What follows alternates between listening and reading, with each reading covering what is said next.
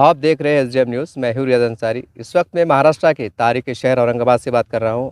आज एक बार फिर हम मशहूर समाज सेवक साहिब पठान साहब से मुलाकात करने जा रहे हैं। इससे पहले भी हमने मुलाकात लिए थे, लेकिन आज जुम्मे का दिन था। जामा मस्जिद के बाहर ये साहब जो है तो काली पट्टी बांध के जो है तो एक गम की कैफियत पे घूम रहे थे। काफ़ी लोगों से बातचीत कर रहे थे। सोचा एक बार और उनसे बातचीत किया जाए, ताकि जो अभियान चल रहा है वक़्फ़ को बचाने का, ये कहीं ना कहीं एक जनता के बीच में जाता रहे और कुछ इसमें अच्छी बुरी बातें निकल के आए। सही क्या है, गलत क्या है, ये मकसद से इंटरव्यू लिया जा रहा है। चलिए एक बार फिर इनके मन में क्या है, ये और आगे क्या चाहते हैं, या इनका पैगाम क्या है, हम सब बारीकी से जानना चाहेंगे, ताकि आवाम को भी जो है तो उसकी सच्चाई तमाम बातें आपके सामने आती रहे और आगे के लिए रास्ते हमारे लिए खुले रहे। चलिए बाबा, सबसे पहले हमारे चैनल में आपके स्वागत है। आज एक बार फिर जामा मस्जिद साहब ने हमने देखा कि आपके डंड पे जो तो काली पट्टी बंदी हुई है, आपका चेहरा गमगीन है। काफ़ी लोगों से मुलाकात कर रहे थे, अपीलें कर रहे थे। क्या चल रहा है? एक तरफ आप जो है तो मतलब एक खिलाफ भी बोल देते हैं और एक तरफ जो है तो साथ भी देते हैं, माजरा क्या है? मैं खिलाफत बिल्कुल नहीं बोलता हूँ और साथ तो अल्हम्दुलिल्लाह देता है, देता रहूँगा हमेशा कौम के लिए। खिलाफत उसी लोगों के मैं बोलता हूँ जो हमारे कौम को हमसे जो है तो दिक्कत है और मुसीबत जो आई है, उन्हीं के ख़िलाफ़ मैं बोलता हूँ। असल में जो हमने एहतजाज किया और हमारे हाथ पर जो काली पट्टी बांधे, तो यह हमारा एहतजाज करना हमारे पर फ़र्ज़ है। जो हमारे दौर नबी पाक सल्लल्लाहु अलैहि वसल्लम के दौर में जंग दौर के पर भी जब भी शिकस्त पहुँचती, नुकसानात आते, तो आप सल्लल्लाहु अलैहि वसल्लम यानी सहाबा को एहतजाज करते क्या कुछ ना कुछ अपने इस पे इसका एहतजाज किया जाए। तो इसलिए हमने जो आज हमारी वक्फ ज़मीन जो है तो सरकार ने जो आज पाखंडी सरकार ने, जो हिंदू मुस्लिम की सरकार ने जो हमारी जो तो ज़मीन को हड़पने का काम किया, और वक्फ बिल पास जो है तो रात में 2:30-3 बजे के टाइम में यानी 2:33 को इन्होंने जो पास किया है, उसका हम एहतजाज कर रहे हैं और करते रहेंगे इंशाअल्लाह। जब भी हमारे जैसे हमारी बाबरी मस्जिद के ऊपर भी जो तो शहीद कर दिया गया था, तो आज भी हम जो हर साल जो है तो उसका एहतजाज करते और उसके नाम के अंदर हम अजान जो है तो आज भी चंपा चौक पर दिया जाती है। तो ये हर मुसलमान का फ़र्ज़ है। अब मैं एक बात पूछना चाहता हूं अंसारी साहब, और तुम्हारे मीडिया के माध्यम से जनता को भी ये बात पूछना चाहता हूं। असल में जो है हमारी वक्फ बोर्ड ज़मीन हमारे से छीनी गई है और आज हम एहतजाज कर रहे हैं। जैसा आपने पूछा ना कि अब आप मुखालिफ भी करते और सपोर्ट भी करते, तो अब मैं खुल के आपको बताता हूँ। तो मैं जनता से सवाल करूँगा, ये असल में हमारी वक्फ बोर्ड की ज़मीन गई है। अब बताओ, वक्फ बोर्ड ज़मीन गई तो क्यों गई हमारी? कि किसी आरएस, किसी बजरंग दल ने हमारी ज़मीन बेचा है? किसी विश्व हिंदू परिषद वाले ने कभी हमारी ज़मीन बेचा है? क्या हमारी ज़मीन किसी यानी जो कि तो अब बीजेपी वाले ने बेचा है? नहीं अंसारी साहब, हमारी ज़मीन ना किसी बजरंग दल वाले ने बेचा, ना हमारी ज़मीन जो है तो आरएसएस वाले ने बेचा या विश्व हिंदू परिषद वाले ने बेचा, ना किसी ज़मीन हमारी जो बेचा है ना बीजेपी वाले ने बेचा है। ज़मीन बेचा है तो हमारे अपनों ने ही बेचा है। अब मैं पूछना चाहता हूँ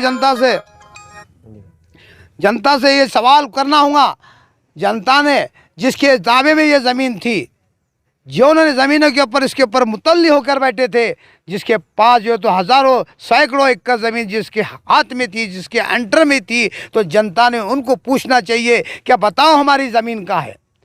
बताओ हमारी ज़मीन कहाँ है? जो हमारी जो तो हक की ज़मीन थी, ये गरीबों की मिल्कत थी, ये हमारे लिए काम आने वाली ज़मीन थी।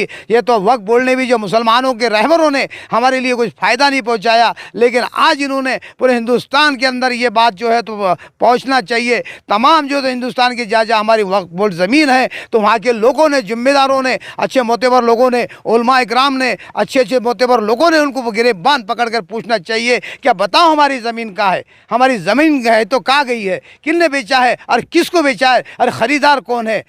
यही हम इसके हमारा ये मसला है, जो हम जो बार बार जो है तो मीडिया के माध्यम से चिल्ला कर बोल रहे हैं। आप कल का मसला ले लो, कल जो है तो हमारे जो है तो यहाँ कलेक्टर ऑफिस जिला अधिकारी के सामने एक धरना करा गया, धरना भरा गया वहाँ पे। तो कुछ लोगों को पूछना चाहता हूँ मैं, इसके अंदर कोई जिम्मेदार लोग थे, जिसके अंदर कोई संगठन वाले थे, कोई पार्टी वाले थे, कोई, मैं नाम तो नहीं लूँगा, लेकिन उनको ये मीडिया से मालूम पड़ेगा कि कल के धरने के अंदर हम कौन कौन थे। क्या भाई ये जो मसला जो हमारा जो ज़मीन है, हमारी जो मांड की ज़मीन, मांड के क्षेत्र के अंदर 86 एकड़ ज़मीन, वो भी वक्फ बोर्ड ज़मीन है, वो भी एक दरगाह की ज़मीन है। तो वो ज़मीन कहाँ है, किसने बेचा, किसने खरीदा और किसके ताबे में है, वो भी पूछते नहीं। आज जो है तो आपस में हम जो है तो लड़ रहे हैं। लेकिन इतना मिसाल देता मैं तुमको, हमारे नारे गाँव के अंदर 86 एकड़ की ज़मीन की, उसके बाजू में जो 250 एकड़ ज़मीन है वो किसने बेचा, ये किसने बेचा।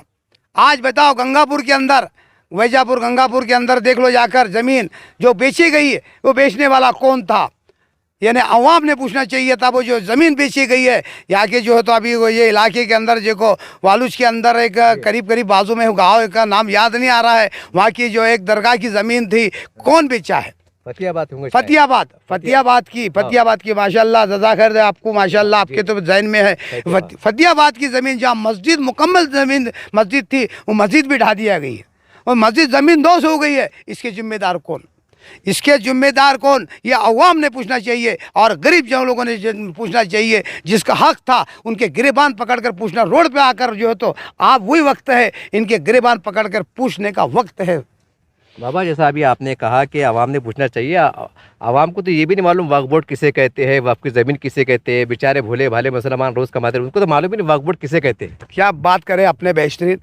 देखो हमारी कौम जब भी हम पर मुसीबत आती है, या हुकूमत हम पर जुल्म ज़्यादती करती है, या फिर हमारे नबी पाक सल्लल्लाहु अलैहि वसल्लम के बारे में तौहीन करती है, चाहे हमारे मज़हब कुरान के बारे में टिप्पणी करती है, तमाम हमारे खानखा के बारे में हमारी टिप्पणी करती है, तो हम भोले वाले हैं ना भाई, हम इतने बेवकूफ़ तो नहीं है, लेकिन हमको पूछने की सूझबूझ तो है। हमको अल्लाह ने ज़बान तो दिया है, इतना तो मालूम है कि हमको पूछना किसको चाहिए, ये बातें हमको किसके पास जाना चाहिए, इसकी मालूमात हमने किससे लेना चाहिए।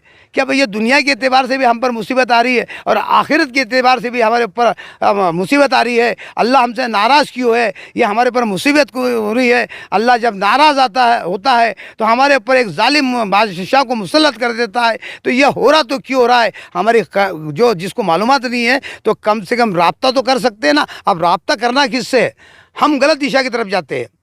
हम किसी नेता, किसी लीडर, जो पॉलिटिकल लोग होते हैं, ये तो कौम को इस्तेमाल करने वाले लोग होते हैं। लेकिन अकल के अंसारी साहब, मीडिया के माध्यम से कह रहा हूँ, दिल की गहराई से कह रहा हूँ और सूझबूझ के अंदर कह रहा हूँ और साहिब नसीब यानी समाज के एतबार से बोल रहा हूँ।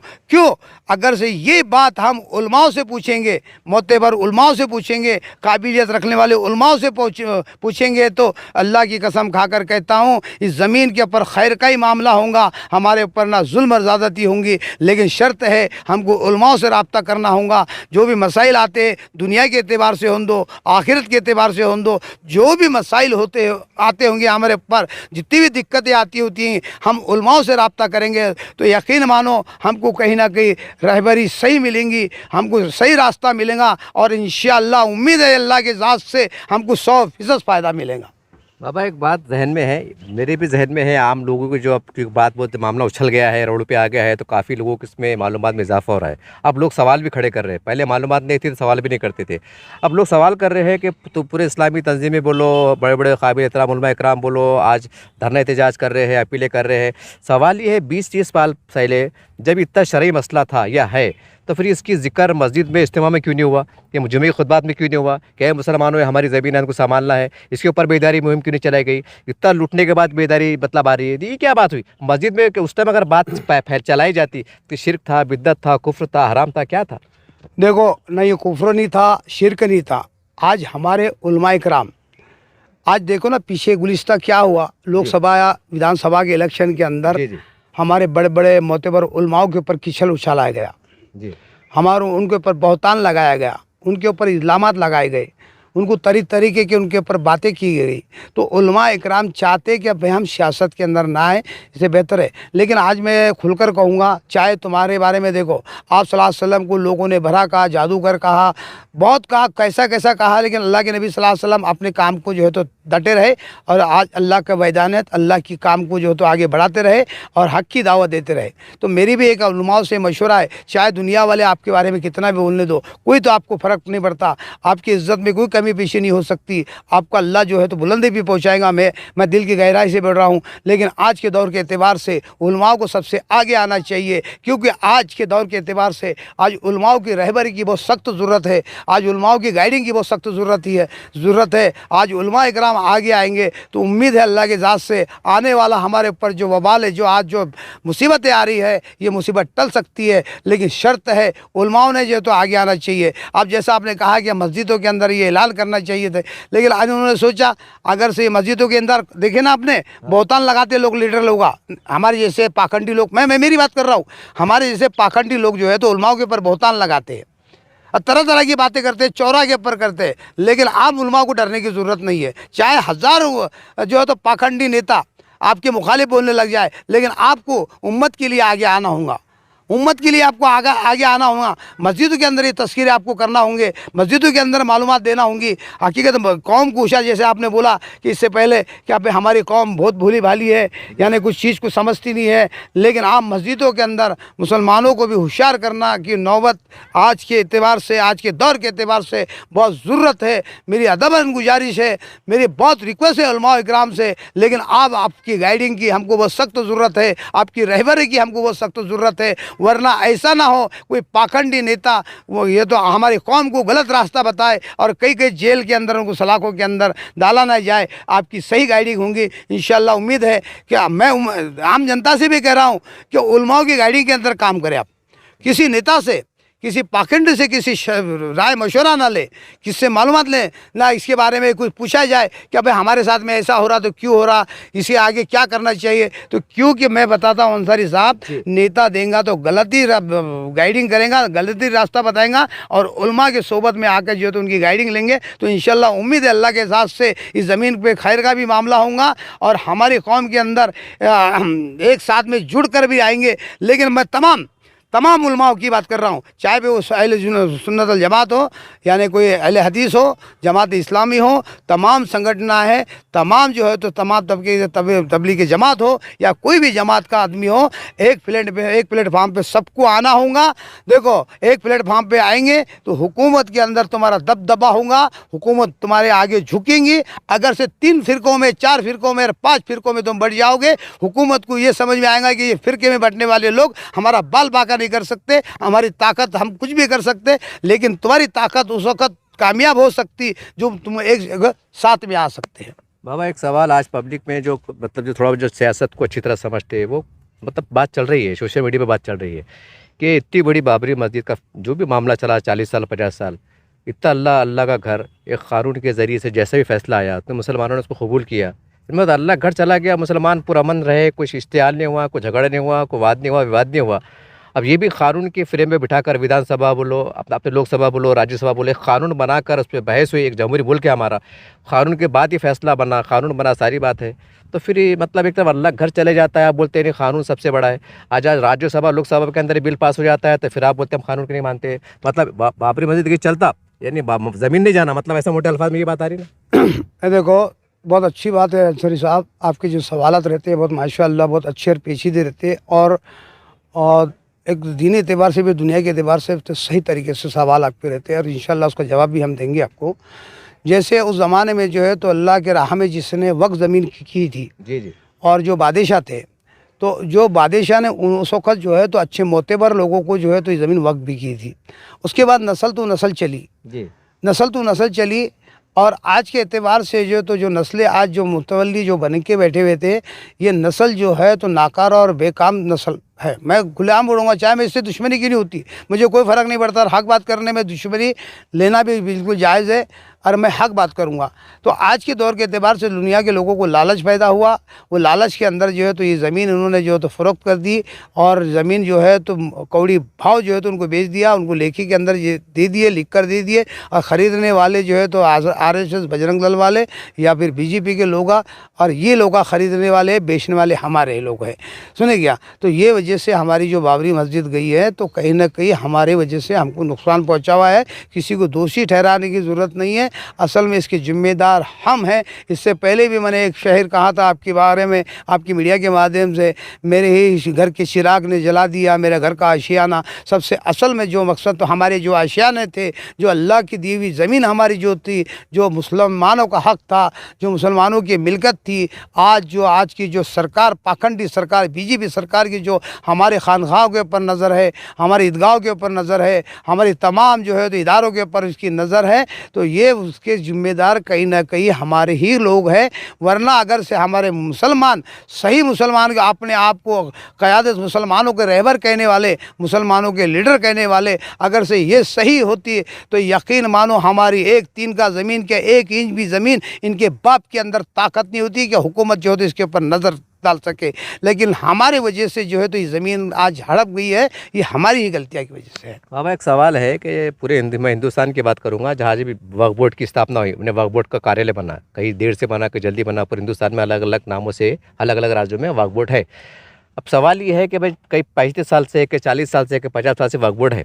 अब मुसलमान अगर काम नहीं कर रहे थे, सरकार बोल रही है कि अब हमारे हिंदू अधिकारी वक्फ बोर्ड के मेंबर तौर पे बोलो या वाइस चेयरमैन बोलो, जो भी है वो डालना चाहते हैं। अब सवाल ये बाबा कि जब तुम लोग बोले तो मुसलमान, मतलब मुसलमान अगर बराबर काम नहीं करेंगे और सरकार अगर ये बोलेंगे, मोदी साहब ये बोलेंगे कि भाई हमारे जो हिंदू अधिकारी बीच में डालते हैं ताकि अब काम कैसा नहीं होता, तो सवाल ये है फिर हिंदू अधिकारी तुम तकलीफ, जब एक तुम मुसलमानों के हाथ में तब काम नहीं कर रहे, अब सरकार हिंदू अधिकारी दर्द आप जातिवाद बोले, तो ये क्या बात हुई? देखो ठीक है, हम लड़ाई तो लड़ रहे हैं जी, हम लड़ाई लड़ रहे हैं और इंशाल्लाह उम्मीद है अल्लाह के ज़ात से हम हमारा हक़ लेंगे। लेकिन इसके अंदर किंतु परंतु भी है अंसारी साहब जी, किंतु परंतु भी है। ठीक है, ज़मीन हमारी वापस आती है और हम इसको वापस ले लेते हैं, हम इसको वापस ले लेते हैं, तो जो भी ज़मीन वापस आती है तो ये आज जो भू माफिया ज़मीनों के ऊपर बैठे हैं, तो इसके ऊपर मैं पूछने जाता हूँ कि मीडिया के माध्यम से इंशाल्लाह उम्मीद है अल्लाह के ज़ात से हम ज़मीन तो वापस लेंगे, चाहे फिर हमको उसके इस बारे में कुछ भी संघर्ष करना पड़े, चाहे हमको बड़े बड़े आंदोलन करना पड़े, चाहे पूरे हिंदुस्तान लेवल के क्या पूरे कई न हम जो है तो इंशाल्लाह इसका खटखटा कटाएंगे। और इंशाल्लाह उम्मीद अल्लाह जैसा हमने गफलत से बाबरी मस्जिद को छोड़ दिया, और ये ऐसा सरकार को मैं चैलेंज कर रहा हूँ, ये गलत फहमी में ना रहना क्या भाई जैसा हमने बाबरी मस्जिद छोड़ दी और ये भी जो है तो वक्फ ज़मीन का जो है तो हम छोड़ देंगे, हम तुम्हारे बाप से बचने वाले नहीं है। हम इसकी लड़ाई तो लड़ेंगे और हमारा हक ज़रूर लेंगे, और उसके साथ साथ जो हक जो भू माफिया के ताबे में थी, जो उसके मुतल्ली बैठे हुए थे, इसको भी हम हटाने का काम करेंगे। और ये जो हटाकर हम इंशाअल्लाह कहीं ना कहीं कौम को, आवाम को, जो गरीब लोगों के जो है तो आज जो स्कूल पढ़ने के लिए दिक्कत दी जाती है, मुसलमानों को जो गरीब तबके की है, आज इनको इनकी पढ़ाई नहीं होती है, आज इनको कॉलेज नहीं है, आज स्कूल नहीं है, इनको रहने को घर नहीं है। चलो आदमी जो तो वक्त की रोटी तो खा लेगा, कहीं भी कमा कर पंचर जोड़ लेगा, या किसी की ज़मीन को जो तो जोत लेगा, ज़मीन को नागर से या फिर होटलों से चाहे पंचर बनाकर, ये तो हमारी कौम का पहले से दस्तूर है, वो चाहे कैसा भी पेट भर लेगा, लेकिन मकसद रहेगा तो हमारे गाँव के घर को रहने का सबसे अहम दर्जे का मकसद हमारा कौम का है, तो वह रहने के लिए घर का है। तो यही हम चाहते हैं कि भाई आवाम को जो है कोई रहने को जगह मिले, रहने के लिए उनको जो है तो कहीं ना कहीं मुँह घर सर छुपाने के लिए कहीं ना कहीं घर उनको हो। यही हम जो है तो जनता से भी और शासन प्रशासन से भी और आम हमारे मुसलमानों के लीडर से भी हम तो ये चाहते हैं कि गरीब मुसलमानों को इसका फ़ायदा पहुँचे और इनको रहने के लिए कहीं ना कहीं छत ज़रूर मिले। बाबा एक सवाल आ रहा है, एक एग्जाम्पल के तौर पे है, मान लो 2 अधिकारी जो हिंदू सरकार ने फैसला किया है, हाँ वो हिंदू अधिकारी आए, अगर वो वक्फ बोर्ड के कानून के हिसाब से ईमानदारी से अगर वो फैसले लेते हैं, अगर वक्फ बोर्ड में काम करते हैं, काम काज पर नज़र रखते हैं, तो बुरा क्या है? बुरा क्या है? एक सवाल है। बुरा तो हमको हिंदुस्तान में रहने को कोई मुसलमान को इतना सुन लो आप सुन लो, मैं जवाब दे रहा आपको। आपने सवाल करा, बहुत अच्छा सवाल करा है कि भाई 2 हिंदू रहते हैं वक्फ बोर्ड के अंदर, अगर तो मैं बता रहा हूँ ना आपको खोल के, इसका भी मैं बताता हूँ आपको। जो आपने सवाल करा तो ठीक है, बहुत अच्छी बात, इसका जवाब भी सुन लीजिए अंसारी साहब।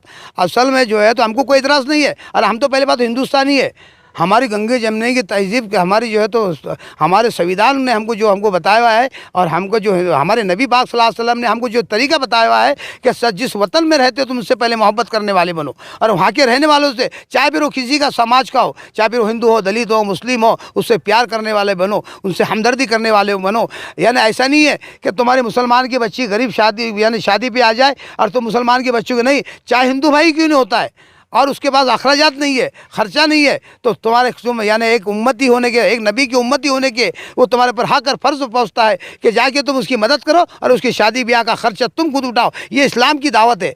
असल मकसद जो है, जो आज दोहरी जो चाल जो बीजेपी सरकार जो चढ़ी है, जो बजरंग दल वाले पाखंडी लोग, जो गुंडे पाखंडी जो आज जो देश को चला रहे हैं और मस्जिदों के ऊपर खानकाहों के ऊपर झंडे लगाने का जो काम कर रहे हैं ना, आपकी मीडिया के माध्यम से बोल रहा हूँ कि दोहरी जब है, आपको कोई इतराज़ नहीं, हमको कोई इतराज़ नहीं है, लेकिन इतराज़ इनको है।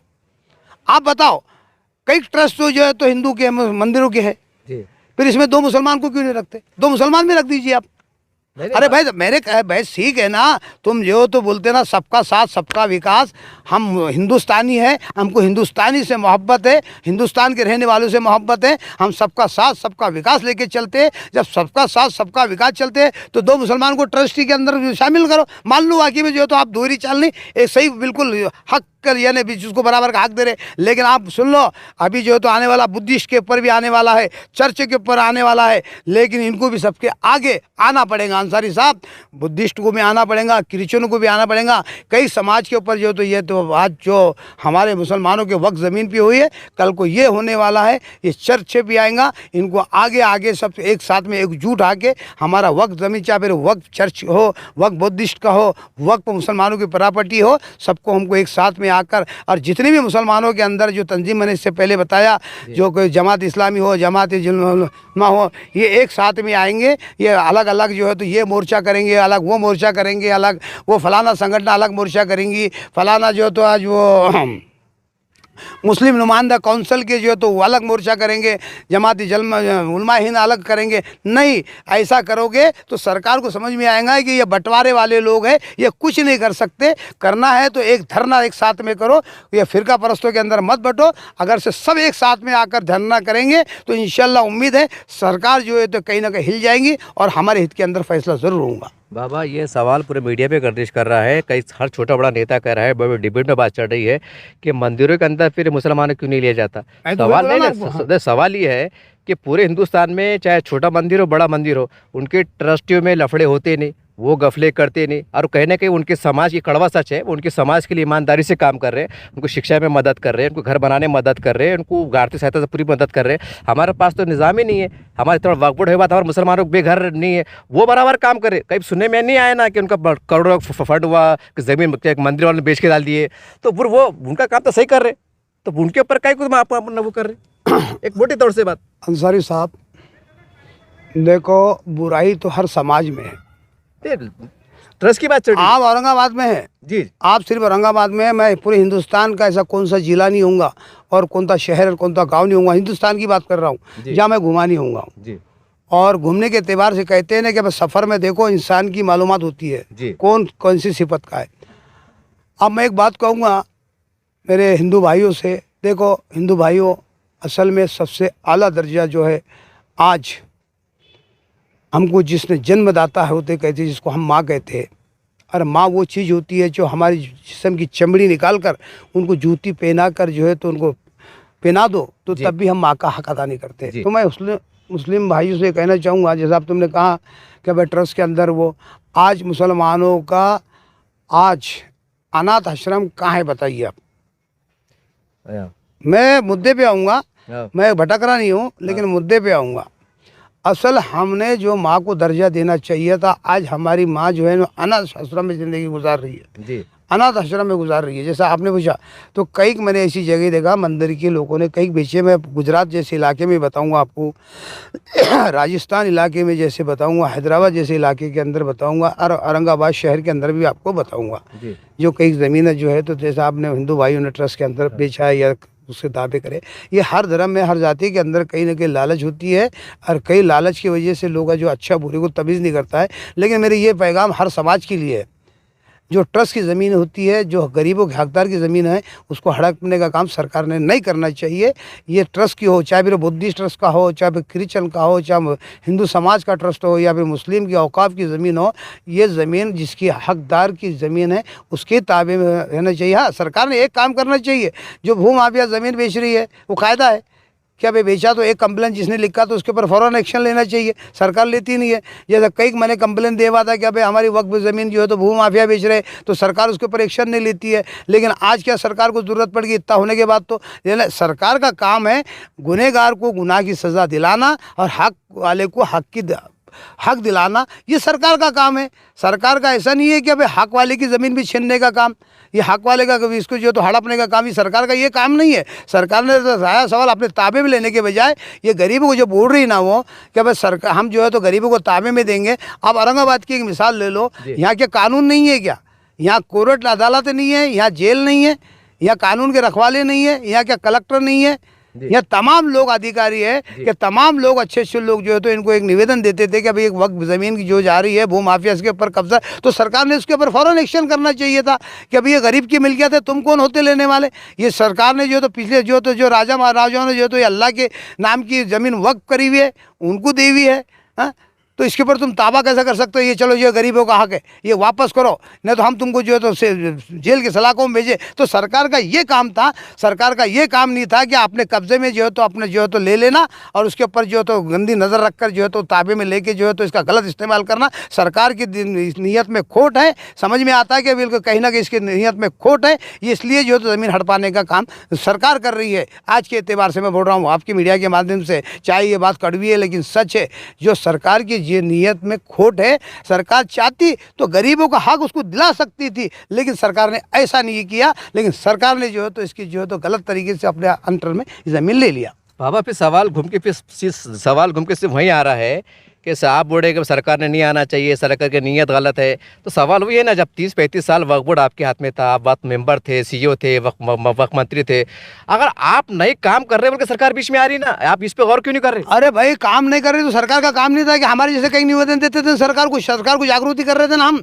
हमारे जैसे कई नेता औरंगाबाद के नहीं पर हिंदुस्तान में नेता है, छोटे मोटे नेता है, लेकिन सरकार से मिली भगत ये जो तो चोरों पे मोर जैसा कहते ना कि ये चोर थे ये मोर थे, हाँ ये चोरों पे मोर। सरकार भी फ़ायदा पहुंच रहा, सरकार को भी लालच थी, सरकार को भी कई पदाधिकारी को लालच थी कि हमको भी मुआवजा मिल रहा है, हमको भी पैसे मिल रहे हैं, ले लो डकार ले लो, हाँ। तो सरकार ने ये जो है तो दोहरी चाल चल के जो है तो मुसलमानों को बेचने लगी और ख़रीदने वाले भी जो सस्ती ज़मीन ले लिए, ये मुसलमानों की ज़मीन हाथ से निकल गई। जैसा बोल रहे हैं ना भाई मुसलमान ये वो, अरे भाई बेचने वाली ये सरकार। अब यहाँ चोरी हो रही है, यहाँ चोरी होती है, सरकार को दिख रहा नहीं है, लेकिन जो भामटे जो बैठे हुए हैं उनको कहीं ना कहीं लालच मिल रही, तो वो चोर को भी जो है तो तुम बिल्कुल उसके ऊपर पर्दा डाल रहे। तो इस चोरों पर सरकार ने जो पर्दा डालने का काम करी है, सरकार ने करी हुई है, ये सरकार नहीं करी हुई है। आज जो मैं बता शासन प्रशासन जो भी जिले के अंदर हो, तालुके के अंदर, देहात के अंदर ज़मीन जो होती है, कई लोगों ने इसके निवेदन देते थे कि भाई ज़मीन जो है तो भू माफिया ज़मीन बेच रही, तो सरकार ने इसके ऊपर फ़ौरन एक्शन लेना चाहिए था कि भाई ज़मीन गरीब की ज़मीन है। तो आज क्या तुम्हारा जो तुम्हारे अंदर नीयत में खोट आई करके अंसारी साहब, तो करके तुम ये ज़मीन जो हड़पने का काम कर रहे हो। बाबा एक सवाल मैं आपको एक एग्जांपल भी दे रहा हूँ और सच भी है। मैं अगर औरंगाबाद की मिसाल लेता हूँ, चलो हिंदुस्तान बहुत बड़ा है, आपको नहीं देखा मतलब कौन वहाँ ज़मीन है नहीं है, लोग बोलते हैं सही बात है कि झूठ बात है। औरंगाबाद की एक जालना रोड की ज़मीन मिसाल ले लो, ठीक है, वो ज़मीन का जो भी मामला चला, अखबार में चला, सोशल मीडिया पर चला। अब सवाल ये है, जो जितने भी पार्टी के लोग या जिम्मेदार जो भी उसमें मजहबी है, समाजी है, सब रोड पे गुस्से में धरना देंगे, जेल भरो कर रहे। तो जब जालना रोड की ज़मीन तबाह बर्बाद हो रही थी, तो फिर जब तुमने मोर्चा क्यों नहीं खोले? सबकी बात कर रहा हूँ मैं। बराबर आप पे बिल्कुल। देखो सवाल ये वो सरकार मेरे पास आप बोलो, मैं मीडिया के माध्यम से, मैं तो अभी यहाँ नहीं हो, मेरे घर के ऊपर है जी। तो आज से 6 साल पहले मैंने 6-7 साल पहले वो ज़मीन के बारे में जो है तो जो धन्ना सेठ जो जालना रोड की ज़मीन थी कि कई ज़मीन सैकड़ों एकड़ ज़मीन है, 10-5 एकड़ नहीं, सैकड़ों एकड़ ज़मीन है। वो जो पट्टा है ना पूरा सैकड़ों एकड़ का ज़मीन का भाव है। तो इसके बारे में मैंने वक्फ बोर्ड के अंदर ज़मीन के ऊपर जो है चर्चा भी की थी और इसके 2 मरतबा इसके मैंने निवेदन भी दिया था कि जो भू माफिया ने जो ज़मीन जो कब्जे में जो है तो इसको वक्फ बोर्ड के अंदर ज़मीन को ताबे में लिया जाए और इसका फ़ायदा गरीबों को पहुँचाया जाए। मैंने एक निवेदन है मेरे पास उसके लिखे के अंदर, सुन ला करके। अब इसके बारे में कुछ नेता है बहुत चिल्लाए, बहुत ये करे, तो उन्होंने ज़मीन वापस लिए क्या? नहीं लिए। क्यों नहीं लिए? इसके पीछे क्या राज है मैं नहीं बोलूँगा, मैं तो इस्लाम भी नहीं लगाऊंगा। उन्होंने क्या करे और खामोश क्यों बैठ गए? अरे मैं जो काम लेता हूँ अंसारी साहब, अल्हम्दुलिल्लाह उसका पीछा जब तक है मेरे, देखो आज मैं कब्रस्तान के लिए 4-5 साल से लड़ रहा हूँ, कंटिन्यू लड़ रहा हूँ, और उम्मीद है अल्लाह की ज़ात से मेरे को कब्रस्तान मिल ही जाएगा, जैसा नारेगांव के अंदर। अब मैंने लड़ा घाटी के अंदर, इतने दिन लड़ा मैंने, इंशाल्लाह वहाँ कहीं ना कहीं जो है तो आप जनता को फ़ायदा भी पहुँचाया। ऐसे कहीं मैंने जो लड़ाई लड़ा हूँ, कहीं भी जो मेरे मसले हुए तो इंशाल्लाह अल्हम्दुलिल्लाह कामयाबी मिली। आप देखो अजंता अर्बन का बैंक का जो तो मैंने मसला उठाया था, तो उस वक्त जो है तो मैंने तकरीबन जो लड़ाई लड़ा था तो उनका पहला टप्पा 5-5 लाख रुपए का आया था लड़ाई लड़ने के बाद, और दूसरा टप्पा उनका जो है तो 3-3 साढ़े 3 लाख रुपए का आया था। किसके 40 लाख, किसके 50 लाख, किसके 1 करोड़, किसके 10 लाख, किसके 5 लाख, किसके 7 लाख, किसके ऐसे टोटल जो है तो 42,000 लोगों का वहाँ पे मौजा था। मैंने लड़ाई लड़ा और इंशाअल्लाह उनको एक एक को 6 से 7-7 8-8 लाख रुपये, ये मीडिया से छोटी मोटी बात नहीं है, ये जनता पूछेंगी क्या वाकई में जो अजंता अर्बन बैंक का जो तो आपने जो मुद्दा उठाया तो कुछ फ़ायदा पहुंचा क्या करके, ये जिसके खाते थे वो भी देखेंगे, वो भी सुनेंगे क्या बताओ क्या पठान साहब तुमने जो हमको फ़ायदा क्या पहुंचाया। तो इसलिए मैं खोल कर बताऊँ, कहीं ना कहीं उनको भी फ़ायदा पहुंचाया इंशाल्लाह। 5-5 6-6 7-7 लाख उनके खाते में लाया आया। तो मैंने जो भी काम करा अल्हम्दुलिल्लाह मेरे एतबार से, मैं छोटा मोटा नेता हूँ। सवाल आपका नहीं है, मैं सवाल फिर से तमाम की बात कर रहा हूं। नहीं, सवाल ये है, बहुत सीधा सवाल ये है, जब जालना रोड जब तबाह बर्बाद हो रहा था, कानूनी फ्रेम में काम हो रहा था, तो सब लोग जो है तो जो लोग सही माध्यम से जालना रोड पे जाके क्यों नहीं बैठे। सवाल ये है, आपका सवाल नहीं है भाई, आज तुम चिल्ला रहे ना तुम क्या बड़े सरकार बदमाश है, तो जब खामोश पे जब बैठे थे जब लोगों से पूछो जाके आप, वो लोगों से पूछो जाके आप, जिस वक्त जो है तो इस सत्ता पे बैठे हुए थे मुसलमान, 25 साल की सुन लो, 40 साल पहले ले लो, 50 साल पहले ले लो, 60 साल पहले ले लो, जो सत्ता में थे मुसलमान हमारे पाखंडी लोग, वो चाहते मुसलमान, उस वक्त भी जो तो धंधा सेठ ने जो भू माफिया ने जो ज़मीन पे कब्जा करा, उस वक्त ये मुसलमान बचाते थे। आज देख लो कुछ कब्र में चले गए, हाँ आज जिंदा है, जो जिंदा है उनसे पूछो उस वक्त तुम्हारे दौर के अंदर तुम जो सियासत करते थे, चाहे महापुर होंगे या मंत्री होंगे या कोई आमदार होंगे, कोई खासदार होंगे मुसलमान, यहाँ के बड़े बड़े लीडरान थे, अच्छे अच्छे जिम्मेदार भी लोग थे उस ज़माने के दौर के अंदर। कोई तो मर भी गएंगे, अल्लाह उनको माफ़ करे, उनकी जन्नत नसीब करे अल्लाह, हम तो ये दुआ करेंगे, हम उनके बारे में बदगुमानी नहीं करेंगे। लेकिन आज जो जिंदा जो भू माफिया जो उस ज़माने के दौर के अतबार से वो थे, तो आप मीडिया से पूछो क्या उस वक्त जो तो धन्ना सेठ ने जो भू माफिया ने इस पर कब्जा करा था, उस वक्त आप सो रहे थे क्या? कई लोगों ने ऐसा कब्जा कर लिए तो मुसलमान गफलत की ज़िंदगी गुजारा। अरे भाई ठीक है, भोले वाले हमारे 99% मुसलमान भोले, लेकिन 2% 1% तो जानकार थे, सत्ता में थे, कांग्रेस के दौर में सत्ता में थे मुसलमान, कहीं ना कहीं लीडर तो थे। अरे क्या आज से थोड़ी मुसलमान लूट रहे हैं, जब से हिंदुस्तान आज़ाद हुआ उससे पहले भी हमारे मुसलमान लीडर थे, बड़े बड़े मोतबर लोग आते जो हिंदुस्तान आज़ाद होने के लिए उन्होंने लड़ाई लड़ी है। ये तमाम लोग ये जानते थे, जब अच्छे मोतबर लोग भी थे, उनको आप पूछिए, मीडिया वाले ने पूछना चाहिए। उस वक्त तुम्हारे जो कई तमाम जो तो आप देख लो, कई पूरे इलाका ले लो, जो सा बेगमपुरा इलाका का ले लो, आप छावनी का इलाका ले लो, तुम्हारे जालना ले लो, तुम्हारे खुलताबाद दौलताबाद ले लो, हरसूल ले लो, ये तमाम इलाके ले लो। उस वक्त क्या कोई जानकार लोग नहीं होंगे, लेकिन इनको लालच ने खा गया, और लालच की वजह से मुसलमानों का, लाखों मुसलमानों का, करोड़ों मुसलमानों का नुकसान हो गया इनके वजह से, और आज भी हो रहा है। तो हमारे गलत नेताओं की वजह से, हमारे गलत रहबरों की वजह से। फिर आखिरी मरतबा जो है तो मैं कहना चाहता हूँ तमाम हिंदुस्तान की जनता से, उलमाओं से रब्ता करे, उलमाओं के रहबरी में काम करे। जो भी हमारे पर मसाइल आएंगे, चाहे दुनिया के एतबार से हम पर जुल्म हो या अल्लाह का कोई अजाब हो या हम पर मुसीबत आ रही तो क्यों आ रही है, इसकी वजहत क्या है, उलमाओं से रब्ता करेंगे, इंशाअल्लाह हमको सही रास्ता मिलेगा, सही दिशा मिलेंगे, यही मेरा कहना है। देखिए, इस तरह से साहिब खान पठान से हमारी एक विशेष मुलाकात हुई, और मुलाकात लेने का एक ही मकसद था कि वक्फ़ के अंदर जो मामला चले, ये तमाम जो उसकी सच बोलो झूठ बोलो जो भी है, बनावटी बात बोलो जो भी है, ये तमाम बातें जनता की अदालत में जाए, क्योंकि वक्फ़ के बारे में आम मुसलमानों को आज भी ज़्यादातर मालूमात नहीं है। अब चूँकि हम भी शहर में घूम रहे हैं, तो मैं बड़े अदब एहतराम से तमाम ज़िम्मेदारों से, एक भी नहीं बल्कि तमाम ज़िम्मेदारों से 1-2-3 सवाल मैं कहने जा रहा हूँ। अरे मेरे सवाल नहीं, जनता के बीच में चर्चा चल रही है। सवाल ये है कि पिछले 10-20 सालों में, 25 सालों में जो वक्फ़ के मामला चले, उस वक्त भी कानून जिंदा था, अदालतें थी, पार्लियामेंट था, विधानसभाएँ थी, आप भी थे, हम भी थे। जब आप खामोश क्यों थे? वो कौन सी मजबूरी थी कि आप वो, जबकि तो पहले मामला और भी अच्छा था, सेकुलर सरकारें मुसलमानों दम पे चुन के आया करती थी और मुसलमानों की जुजूरी करती थी, जब तो और भी मुसलमानों को अच्छे अच्छे काम निकल सकते थे। जब आपने काम क्यों नहीं करे? ये मेरा सवाल नहीं है, ये जनता का सवाल है। अब दूसरा सवाल ये है कि जो वक्फ चली गई धन्ना छोटे के पास, वो तो 100 आ नहीं सकती। अब वो 100,000 बार भी उल्टा लटक गए तो आ नहीं सकती, ये एक सवाल है। दूसरी बात ये, कानून की फ्रेम में नहीं, राज्यसभा लोकसभा में बैठ के कानून पास हुआ, अब मोदी जी बोलते हैं उनको, वो सादा सीधा मामला नहीं है। मोदी जी बोलते, जब मोदी जी जो बात को ठान लेते हैं तो फिर एक कदम भी पीछे नहीं हटते हैं। फिर सवाल ये है कि फिर जो हम लोकशाही माध्यम से धरना मोर्चा दे रहे हैं, इसका परिणाम क्या आएंगे? हो सकता है आप बोलेंगे हमारे पास जमहूरियत है, हमको ताकत बताना ज़रूरी है, ये है, सारी बात है। लेकिन ताकत बता के, धरने बता के अगर मुसलमानों को फ़ायदा नहीं होता है, उस पर कानून में तब्दीली नहीं होती है, तो फिर सवाल ये, फिर ये हम कहाँ जा रहे हैं, इसका रिजल्ट क्या आ रहा है? तो बहरहाल ये बहुत गहराई वाली बातें हैं। अब तमाम जिम्मेदारों को चाहिए कि आज मौजूदा हालात में गरीब पसमानदा मुसलमानों की फलाह बहबूद के लिए हम क्या कर सकते हैं, उसके ऊपर तवज्जो देने की ज़रूरत है। ना कि हम ऐसे इशूज़ के ऊपर जाए जहाँ पर 50 साल फिर चल जाए, फिर सुप्रीम कोर्ट का बड़ा फैसला आ जाए, या उस वक्त भी हो सकता है आज जो जिम्मेदार लीडर है वो 50 साल के, 60 साल के हो सकता है, 2 साल के बाद अल्लाह को प्यारे हो जाए, हम भी अल्लाह को प्यारे हो जाएंगे, नई नस्ल पर बोलेंगे जानते हैं बड़ों से कुछ नहीं, हमने क्या करना, ये हो सकता है। इसलिए आज जो मौजूदा हालात में जो मुसलमानों के वाकई जो मसाइल है जो हम कर सकते हैं उसके ऊपर तवज्जो दीजिए। ना कि ऐसे मसाइल, ठीक है आप कानूनी लड़ाई लड़ रहे हैं, कानून से लड़ो, बिल्कुल लड़ो, लेकिन और भी मुसलमानों के मसाइल है, खाली वक्फ बोर्ड के मसाइल नहीं है, और भी मसाइल है, तो इसके ऊपर भी हमको तवज्जो देने की ज़रूरत है। कहीं ऐसा ना हो कि ज़मीन बस ज़मीनी वास्ते लड़ते रहे और एक जानदार नस्लें बेबसी में, मायूसी में जो है तो ऐसी सुकड़ के घुट के मर जाए। अब पता नहीं इसका अंजाम क्या होगा। बस यही दर्द के साथ आपसे अलविदा होता हूँ। देखते रहिए आप SDM न्यूज़ चैनल। जय हिंद, जय महाराष्ट्र।